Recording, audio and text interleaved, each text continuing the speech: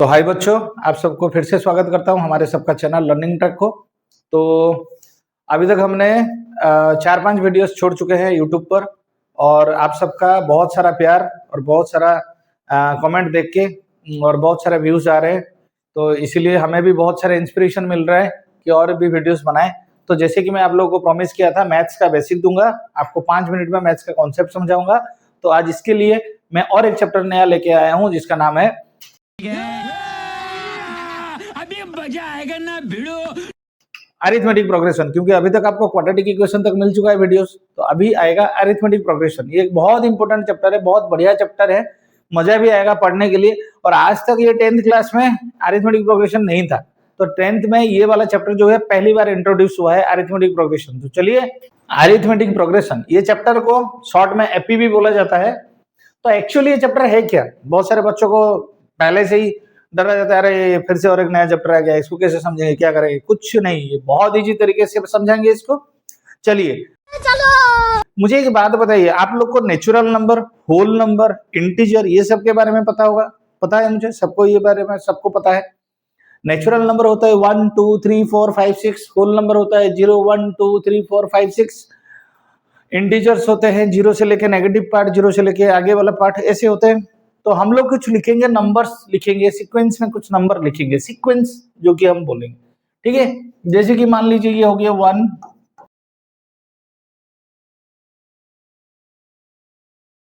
तो मैं ये पूछना चाहूंगा क्या ये नंबर सीक्वेंस में है? आप लोग बोलोगे हाँ ठीक है सर, 1 2 3 पर एक एक गैप होके चल रहा है। चलिए, अभी कुछ मैं इवन नंबर लिखूंगा, जैसे कि 2,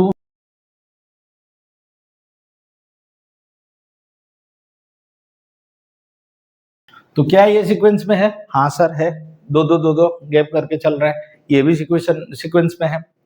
चलिए और भी एक एग्जांपल लिखते हैं, 5,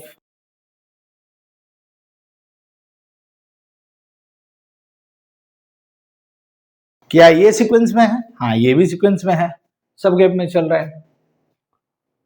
क्या ये सीक्वेंस में है?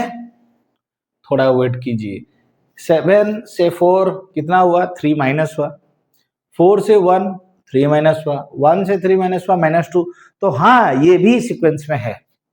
समझ में आया? तो आप लोग को चेक करना है कि नंबर्स क्या सीक्वेंस में है। तो ये जो जितने सारे मैंने नंबर्स लिखा है ये सारे सीक्वेंस में है। चलिए और एक एग्जांपल मैं लिखता हूं यहाँ पे,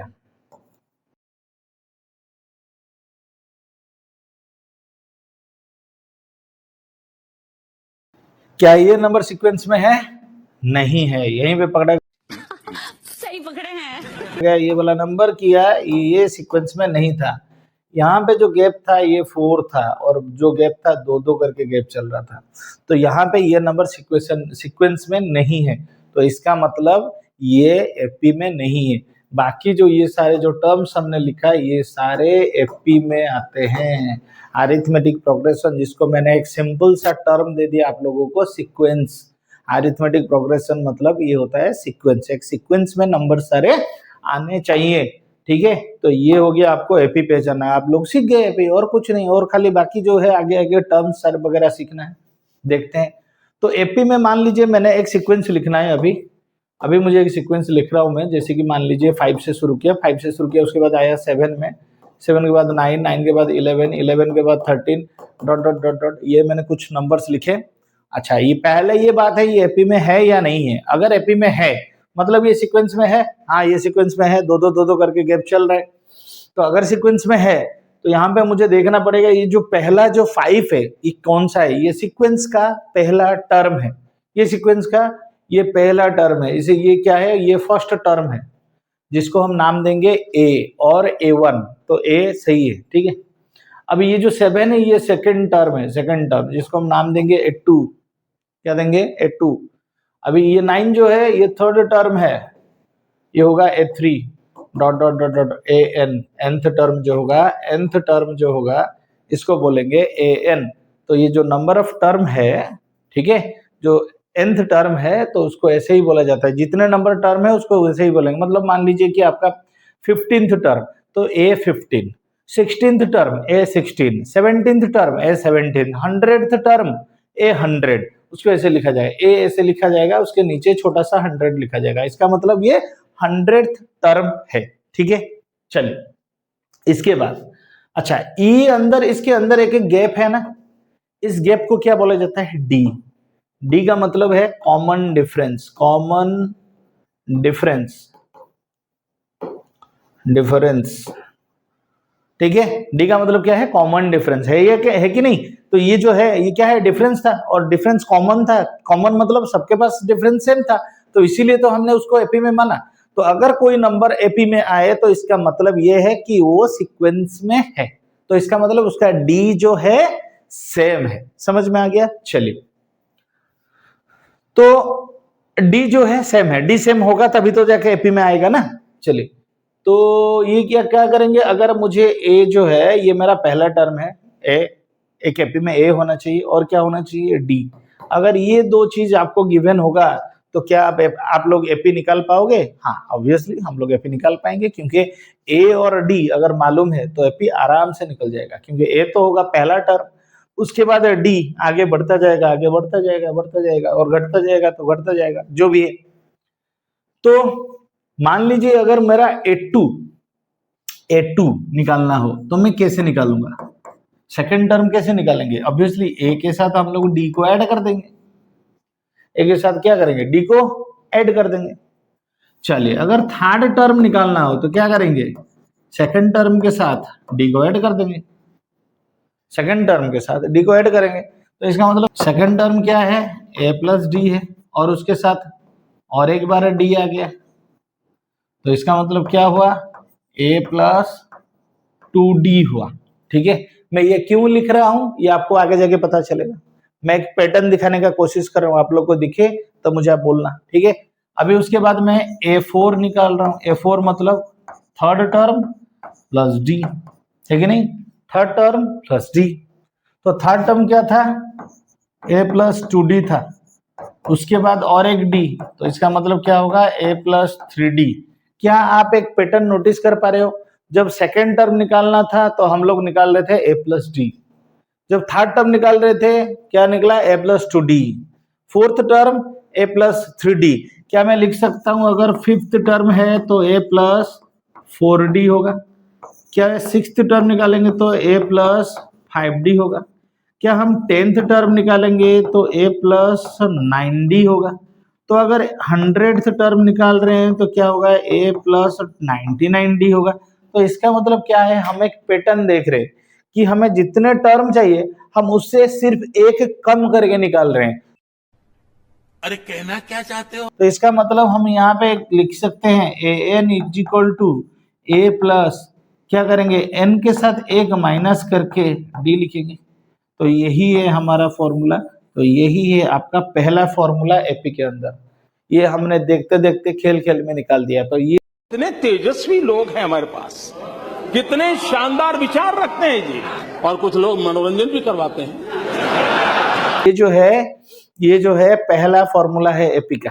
उसके बाद हम लोग करेंगे sum of term. Sum of term सीखेंगे, मतलब मान लीजिए कि एक ऐसे नॉर्मल लेंगे जैसे कि आप लोगों को समझने में इजी रहेगा। 1, 2, 3, 4, 5 डॉट डॉट डॉट 1 2 3 4 5, ठीक है। तो ये मान लीजिए एक एपी है। तो इस एपी का जो फिफ्थ टर्म जो है, फिफ्थ टर्म क्या है देखते हैं। A5 हमारे पास क्या होना चाहिए? a plus 4d। देखिए a का वैल्यू कितना है? 1 है। 4 इंटू डी का वैल्यू क्या है? 1 है। डी का वैल्यू भी 1 है, एक एक करके बढ़ रहा है। तो कितना हो रहा है? 1 प्लस 4 इज इक्वल टू 5 हुआ कि नहीं? यहाँ पे भी 4 फिफ्थ टर्म क्या है? 5 है कि नहीं? तो देखिए आप इसी फॉर्मूला को डाल के सारा वैल्यूज निकाल सकते हैं, ठीक है। अच्छा, अभी ये जो 5 टर्म है इसका अगर मुझे सम निकालना पड़े, आप लोग बोलोगे सर अच्छा मुझे एक बात बताइए, अभी मुझे ये फॉर्मूला मालूम है, मुझे फॉर्मूला मालूम है। इस फॉर्मूले से मुझे बताइए क्या मैं 100 मतलब 100th टर्म निकाल पाऊंगा? क्या मैं 1000th टर्म निकाल पाऊंगा? क्या मैं कुछ भी निकाल पाऊंगा अगर मुझे ए और डी मालूम हो? यस, हम लोग कुछ भी निकाल पाएंगे। अगर मुझे ए और डी मालूम है तो मैं चाहे कितने नंबर का टर्म हो मैं निकाल पाऊंगा, ठीक है। उसी तरह अगर मुझे सम निकालने के लिए बोले तो सम का मैं क्या करूंगा? देखिए 1 2 3 4 5 टर्म है। 5 टर्म का अगर मुझे सम निकालना हो तो या 6 टर्म का या 10 टर्म का या 100 टर्म का, कितना भी टर्म का हमें सम निकालना हो तो हमें और एक फॉर्मूला यूज करना पड़ेगा जिसका नाम है SN। SN का मतलब है सम ऑफ nth टर्म। तो सम ऑफ nth टर्म क्या है, इसका फॉर्मूला यूज करेंगे n/2 whole 2a plus n-1 whole into d. तो ये है जो है सम निकालने का फॉर्मूला है, ये जो है सम निकालने का फॉर्मूला है। मतलब आप लोग देखिए पहला बॉक्स इसको मैंने मारा, ये जो है nth टर्म निकालना है और ये क्या है सम ऑफ nth टर्म निकालना है। अच्छा, सम ऑफ nth टर्म का और एक फॉर्मूला मैं आपको दे रहा हूं, क्या है देखिए थोड़ा नोटिस कीजिए। तो n/2 को आप रहने दीजिए, यहां पे बोलिए 2a है, a 2 बार है तो a को मैं 2 बार लिखता हूं, a प्लस a, इसको मैं a लिख रहा हूं। तो बाकी क्या बच रहा है a plus n-1 into d. तो a plus n- into D क्या है, an है, तो इसको मैं लिख सकता हूं a प्लस an।